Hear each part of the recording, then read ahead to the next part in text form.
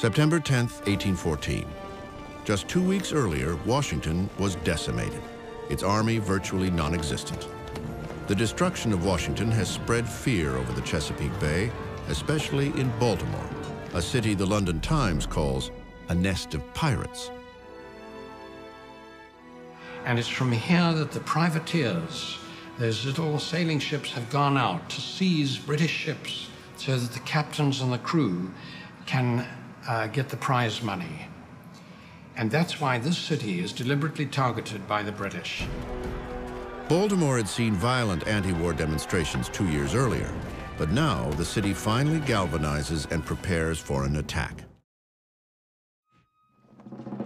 Soldiers hoist the new stars and stripes over Fort McHenry, capping the defensive preparations of Baltimore. As the largest flag in the country, it satisfies Major Armistead's order. The British will have no difficulty in seeing it. By 10 o'clock p.m. on September 10th, the city settles in, the entire area shrouded in an eerie silence. Everyone in Baltimore is aware of what is at stake. Now, the only thing they can do is wait.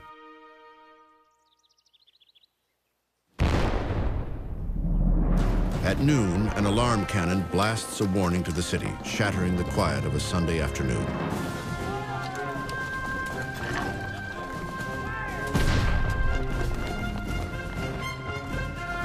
Lookouts have sighted the British fleet off North Point. Some citizens respond in panic. Others rush to defend the city.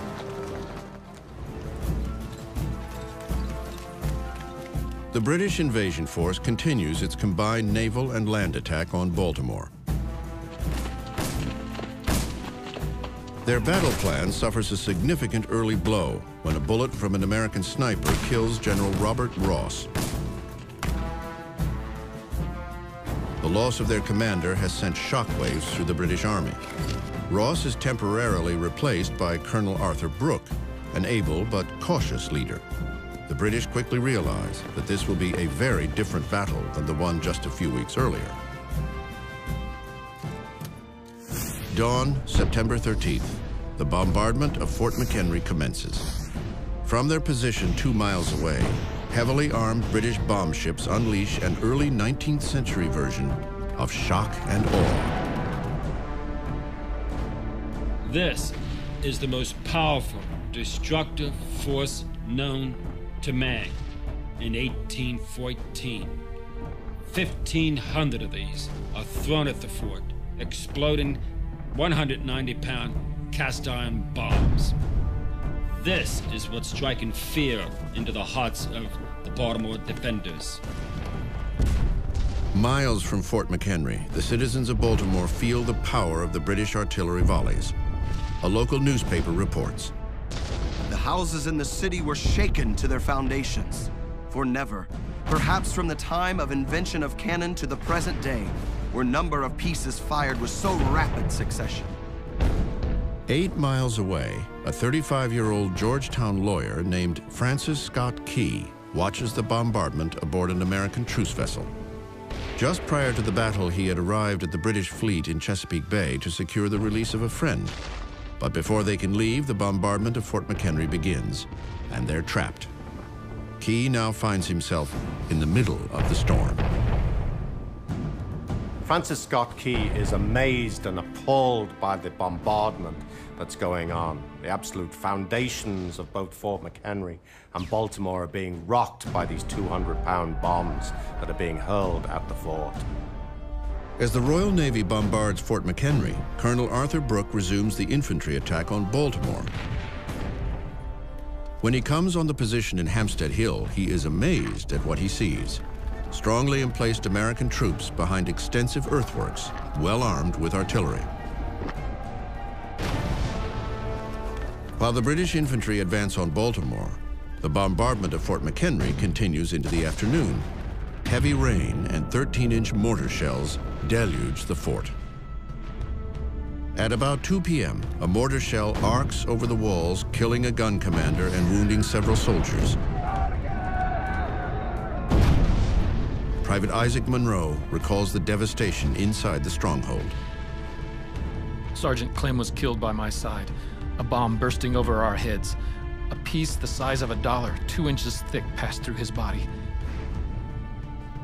Moments later, a bomb makes a direct hit on this powder magazine where over 250,000 pounds of powder are being stored.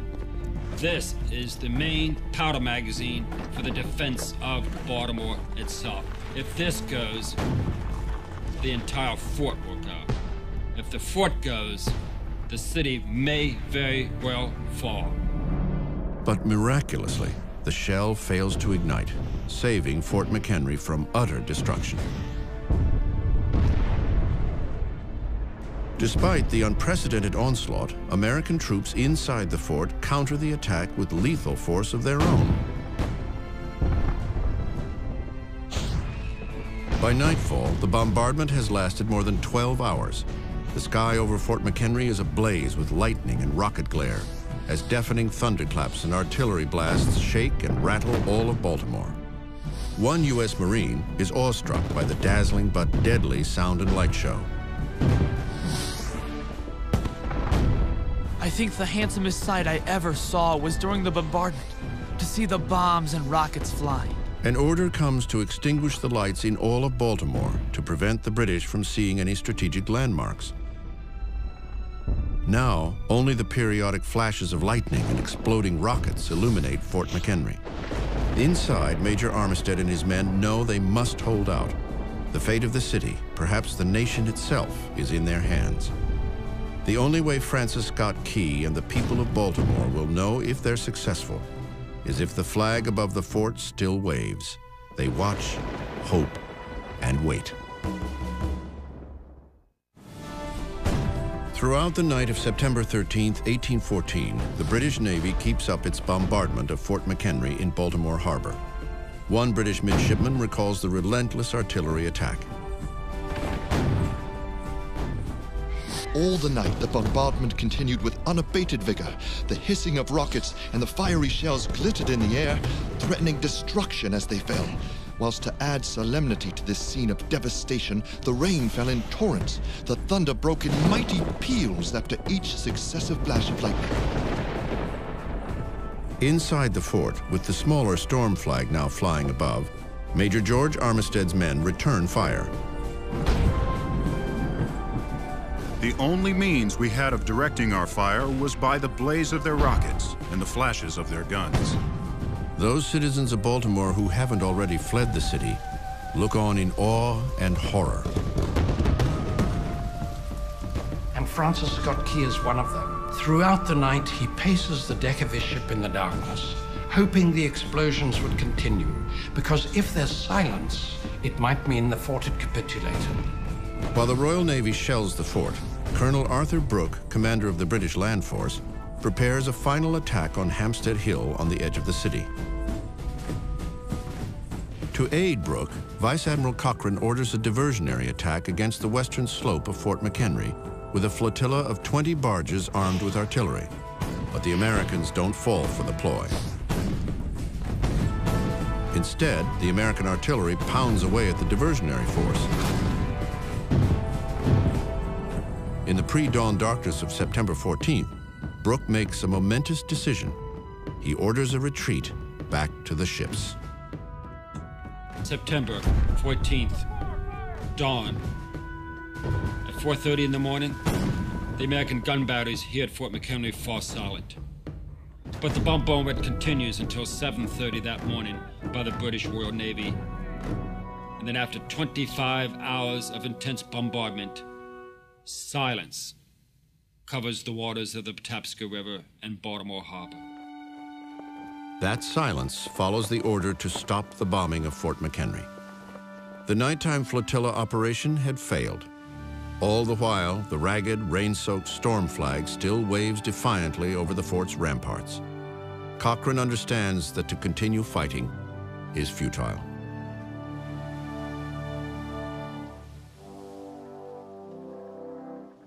One by one, each British warship that only minutes before had unleashed an unprecedented eruption of artillery and rocket fire now weighs anchor and quietly sets sail into the morning mist.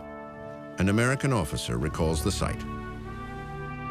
The enemy has been severely drubbed, as well by his army and his navy, and now it is retiring down the river after expending many tons of shot, from 1,800 to 2,000 shells, and at least 700 or 800 rockets.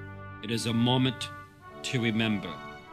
It is a moment now that would define the importance of Fort McHenry in the War of 1812, because something is about to happen.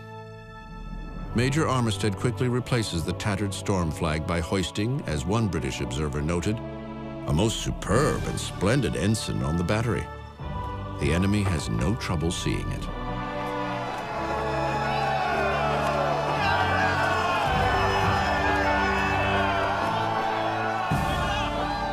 But gradually, the morning mists began to clear, and once more Key makes out the stars and stripes still flying above Fort McHenry. Never before has he looked with such reverence upon the symbol of his country. Francis Scott Key, a reluctant patriot himself, a person who was not terribly political and somebody who was against the war itself, finds himself an eyewitness to this moment in American history. I saw the flag of my country waving over a city, the strength and the pride of my native state. And does not such a country and such defenders of their country deserve a song? Key takes out a letter from his pocket and jots down a few verses. Oh, say can you see by the dawn's early light. The British release Key later that morning. He returns to Baltimore and continues to work on his poem. What so proudly we hailed at the twilight's last gleaming. A few days after the bombardment, Key's poem, Defense of Fort McHenry, is printed on handbills and distributed throughout Baltimore. Whose broad stripes and bright stars, through the perilous fight, o'er the ramparts we watched were so gallantly streaming. The poem is put to the melody of To Anacreon in Heaven, a popular British drinking song from the late 1700s. And the rocket's red glare, the bombs bursting in air, gave proof through the night that our flag was still there. By November 1814, the song is published in Baltimore as The Star-Spangled Banner. Soon, other cities publish the song, and it gains popularity. Oh, say, does that star-spangled banner yet wave? Congress officially approves the song as the national anthem in 1931. Or the land of the free and the home of the brave.